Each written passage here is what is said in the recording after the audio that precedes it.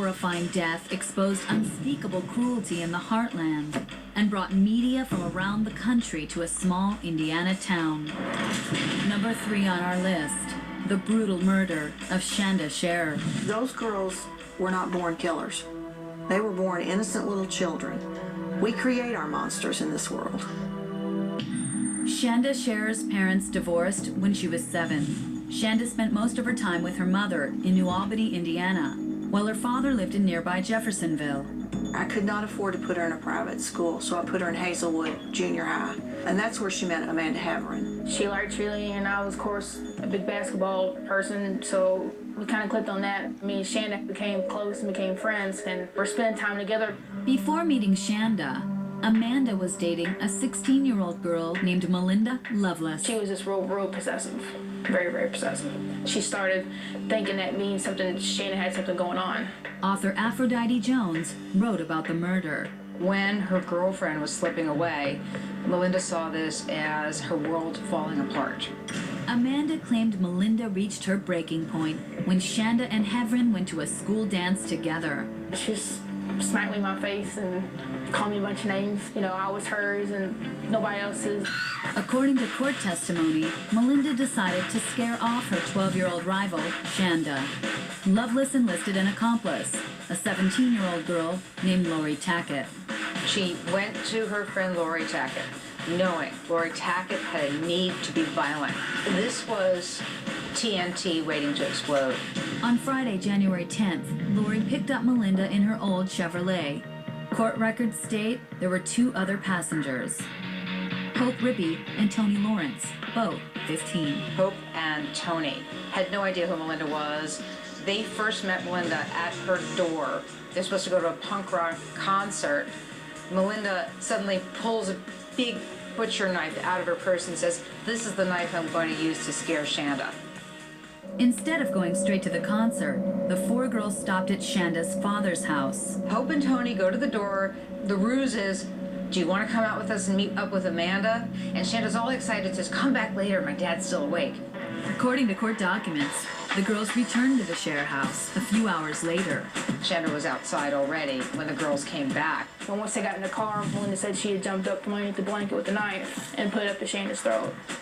The 4 girls took their prisoner to a remote spot about 50 miles away. It was Lori and Melinda who took Shanda out of the car. According to court testimony, Melinda got a rope from the car. They strangle her.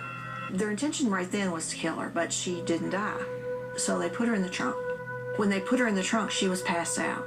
The girls now drive to Lori Tackett's house. They leave Shanda in the trunk. They go in the house. According to court testimony, Shanda regained consciousness. They started to hear her scream out of the trunk of the car, and they realized she wasn't dead. Lori said, "I'll take care of this." She grabbed a paring knife from her mother's kitchen and went outside. They heard some muffled screams, and then nothing more from Shanda. Then Melinda and Lori went back to the Chevy, while Hope and Tony stayed behind. Lori and Melinda went driving. Suddenly, they'd hear Shanda screaming. Lori is the one who went to the back, opened the trunk of the car, and started wielding a tire iron, beating Shanda to a bloody pulp. According to court documents, Lori stopped the car several more times to hit Shanda with the tire iron. This child was in that trunk for 9 hours, being tortured. With dawn approaching, Melinda and Lori returned to the Tackett house to pick up Tony and Hope. According to police reports, the girls went to a gas station and bought a 2-liter bottle of Pepsi. They pay for enough gas to fill up the Pepsi bottle. The attendant is there. At any point, this could have all stopped right there, and she's still alive. She still would have lived. But no, they fill up the bottle, and they get in the car, and they take her to Lemon Road, get her out of the car. Hope Rippey poured the gasoline on her. Lori Tackett lit the match. The cause of death was she died from breathing the fumes from her body burning. She was alive when they set her on fire. 12 hours later, Tony Lawrence showed up at the Jefferson County Sheriff's Office and confessed to police. Tony Lawrence came forward because she was the only girl of the 4 who really didn't participate in the actual killing of Shanda Sharer. All 4 girls were arrested and charged with murder.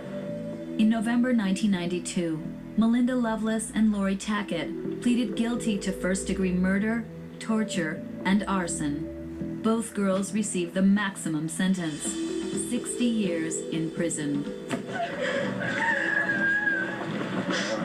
Hope Rippey pleaded guilty to murder, torture, and arson. Tony Lawrence pleaded guilty to criminal confinement. Their testimony was that they didn't stop it because they were afraid of what was going to happen to them. Never once did they think about Shanda.